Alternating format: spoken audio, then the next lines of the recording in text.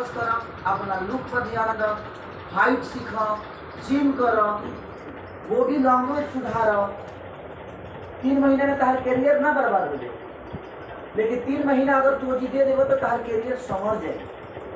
3 महीना से 4 महीना 5 महीना इतना दिन से सिनेमा ना किले तो लोग ना तरह के चिंते ना बात। हम कहाँ तो उत्तेजित भी नहीं की, हम कहते भाई उत्तेजित की बात ना, हम कई जगह से सुन लेनी। तू कहानी पर काम करवाओ शुरू कर, अपने आप के अलग कर। साल भर मेहनत करे, डांस क्लास लेकिन तू चाहता है कि हम म्यूजिक में सिनेमा में जाके अगर डांस सीखी तो संभव नहीं। खाली प्रमोद प्रेमी सीखते बड़े, विशेष सीखते बड़े, कल्लू सीखते बड़े, सब जना सीखते बड़ो। समर सिंह हीरो हुए, झाट 5 लाख के औकात नहीं के 35 लाख से ऊपर कौन सिनेमा के देना मुझे। अब वो टीवी को रिमोट पा गए लोग हीरो करे के कहा जाला हॉल तक जाला, जेकरा खाली 50 रुपये के टिकट कटा के 2.5 घंटा के लाइन लगे तो खड़ा हो गया।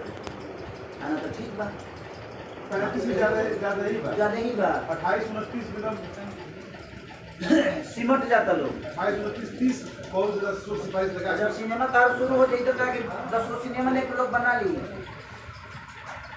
एक बार घूम घूम के 50,000 60,000 6 लाख रुपए की कार्यक्रम करता रहा, वो बंद हो जाएगी, आवक बंद हो जाएगी।